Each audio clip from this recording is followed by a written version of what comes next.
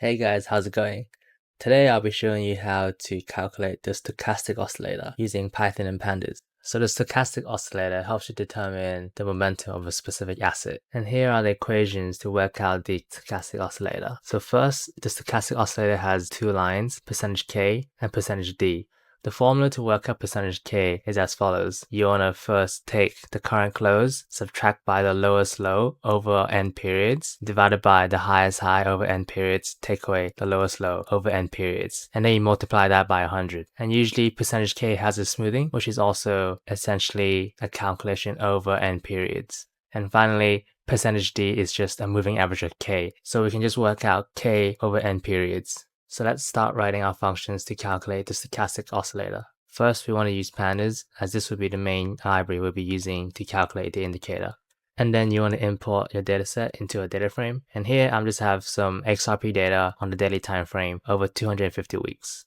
So for my dataset, I actually don't have the proper index set up, so I'm just going to use a few lines of code to set the index to date time.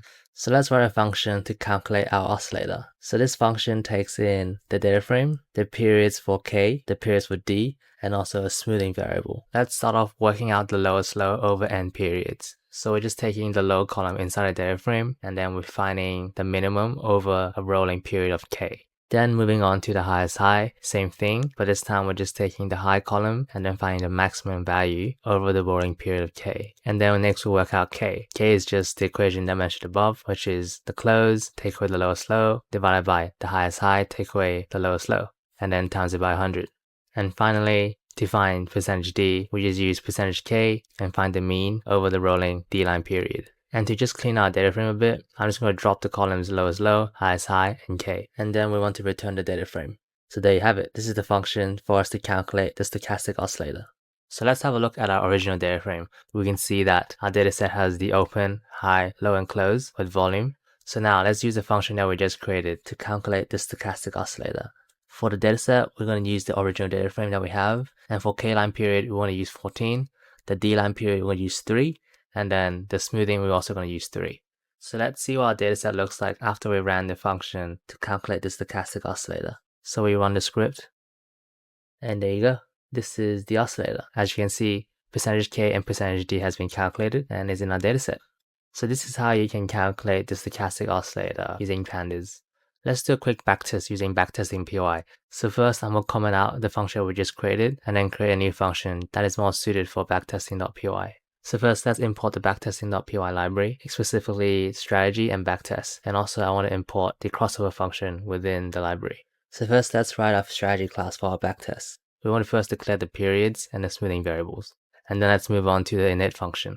First, we'll be making the %k indicator. We'll be calling the I function within backtesting.py. And we're taking in the function that we'll be creating later. And then data close, data high, data low, k periods, and also the smoothing.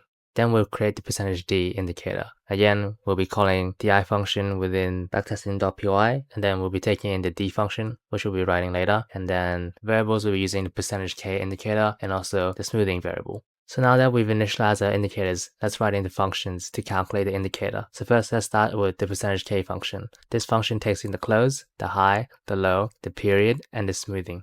Again, to calculate %k, we want to first find the lowest low, the highest high, then we work out k, and finally we work out %k, and then we return %k. Moving on to %d, we take in the values of k and the period. For this function, we're simply returning the average of k over a rolling period.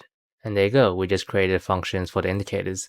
Now let's move on to the next function, where we're going to put in our buy and sell logic. So we're just going to have a simple backtest where we buy when k is above the d line, and sell when k is below the d-line. So let's just initialize our two indicators as variables, and then start writing a buy logic whenever k crosses over the d-line. And then finish off with the sell logic, and selling when the d-line crosses over the k-line. And there you go, the backtest has been written. So let's test out the backtest. We'll be using $1 million in initial cash value with a commission of 2%. So let's run the script. And there you go, our backtest came back. So as we can see from the stats, even though the strategy was overall unprofitable, the stochastic oscillator managed to save us from a bigger loss compared to if we were just to buy and hold during the period of 3 years. So this is it. This is how you can backtest using backtesting.py. I hope you learned something, and thanks for watching.